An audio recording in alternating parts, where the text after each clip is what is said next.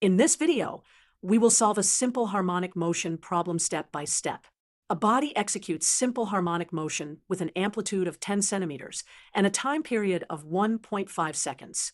We need the time taken to travel a distance of 5√3 centimeters from its rest position, which means from the mean position. To visualize simple harmonic motion, imagine uniform circular motion and take the horizontal projection of a point on the circle. The maximum displacement is the amplitude 10 centimeters. In simple harmonic motion, displacement from the mean position is given by x equals a sine of omega t. We are given a equals 10 centimeters and x equals 5√3 centimeters. First, we find omega using the period. Omega equals 2 pi divided by t.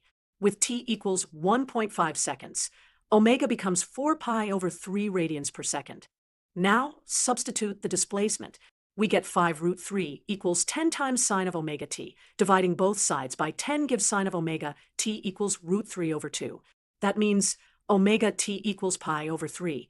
So t equals 1/4 of a second.